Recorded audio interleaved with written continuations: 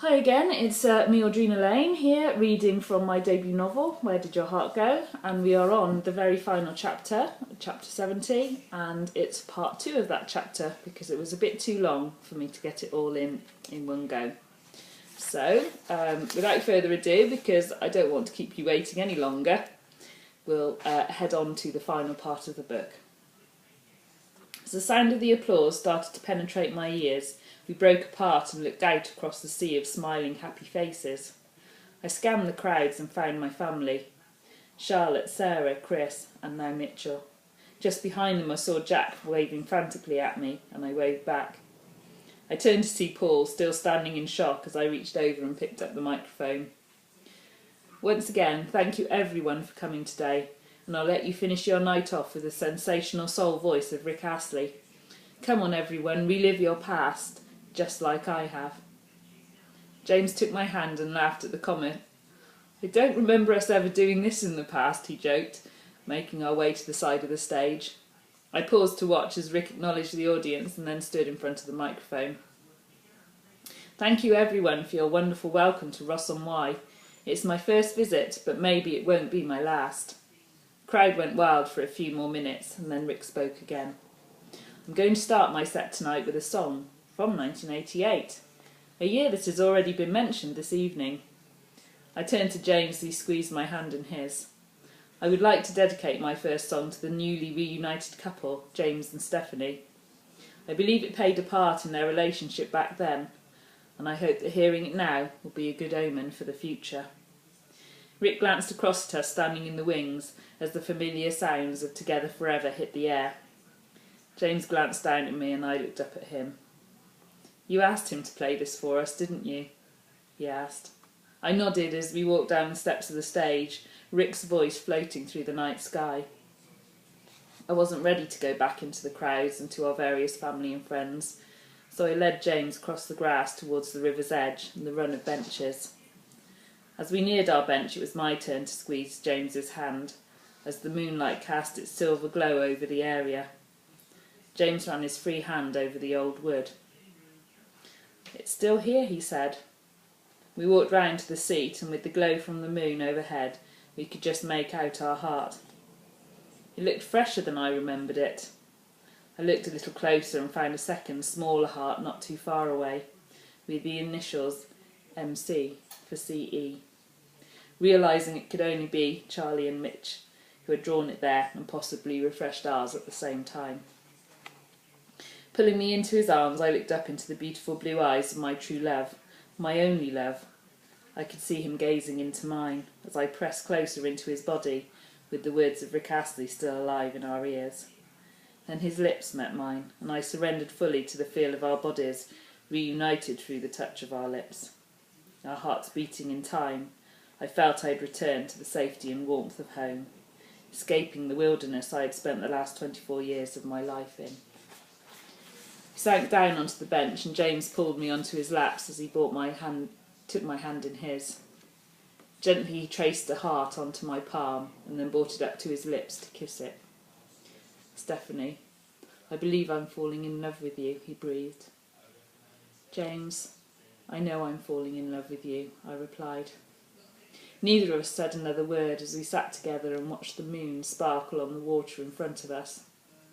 Looking up, we gazed at the stars, and I let all the happy memories of our love flood back to fill my heart. I guess we'd better get back and speak to Charlotte and Mitchell, I asked. James nodded as we stood up, and with his arm wrapped around me we returned to the lights and the sound of the stage. It felt like we were back in the 80s all over again. The only difference was that we were no longer young and inexperienced. We had lived, and we were aware of loss and sorrow, which only served to make the joy and happiness more poignant. Sarah was the first to see our return. She took in the sight of us together. Chris turned and held out his hand to James. Welcome back, mate, he said. James took it and I pulled Sarah in for a hug. Looking around, I saw Charlie and Mitch in the centre of the dance floor, entwined as Rick sang, When I Fall in Love. Shall we join them, I asked. I thought you'd never ask, James replied. The four of us joined the other dancers on the floor and swayed our way towards Charlotte and Mitchell. My daughter saw us and smiled. Mitch grinned at his dad, and we all enjoyed the finale of a wonderful day.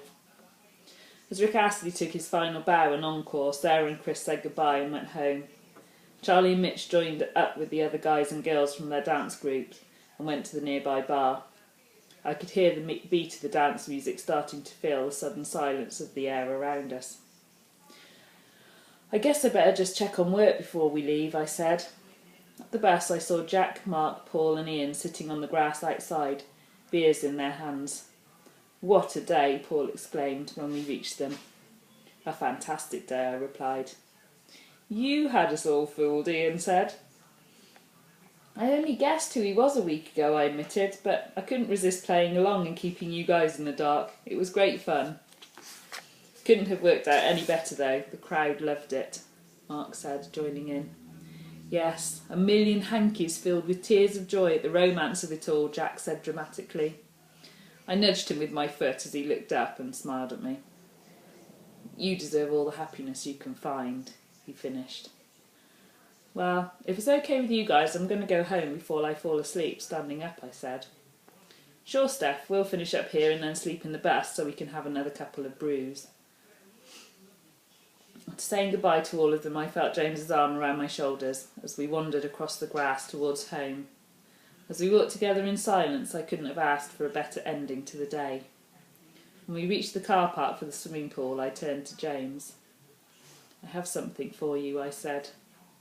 Looking inside my handbag, I found the small scrap of material and pulled it out. "Hold out your hand." I carefully coiled the silver chain back into his outstretched hand and closed his fingers around it. Looking up into his eyes, I could see all the questions there about how I had come to have this. He opened his palm and held it up so he could just make out the inscription on the back of the St. Christopher. The soft moonlight picked up the shine on the small medallion as he handed it back to me. "You put it on me," he said, bending down so I could reach. My lips found his at the same time, and we kissed as the chain found its way back against his skin. "This time it will be till the end of time," he said, breathless, holding me tight. "I hope so." James tilted my head as our tongues collided and our hearts melted. And that, I have to say, is the very end of this wonderful first book that I wrote. I hope you've enjoyed listening to me read it to you.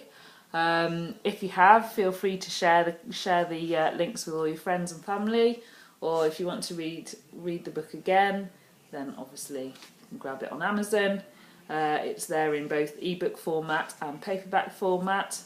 And then really, the only other question I've got to ask you all is, do you want me to read the second book now? Or do you just want me to read the first chapter of the second book, and then the first chapter of the third book, and then the first chapter of even my fourth book up there? Plenty for you to choose from. I'd love to hear your views. I'd love to find out what you'd like me to read next, because I've actually really enjoyed doing this. So I'm afraid to say that is all from me today. Don't forget, you can find me on social media, Facebook, Audrina Lane, Twitter, @Audrina Lane, Instagram, @Audrina Lane. My website is not brilliant at the moment, but it will be soon, and that's www.audrinalane.co.uk. And yeah, just get in touch. Anyway, sad to say, I'm going to put this copy of the book back on my bookshelf. It is my personal copy, which I use to do any of my readings from. But isn't it lovely? And you could have your own too. Anyway, take care all, and I shall speak to you all soon. Bye for now.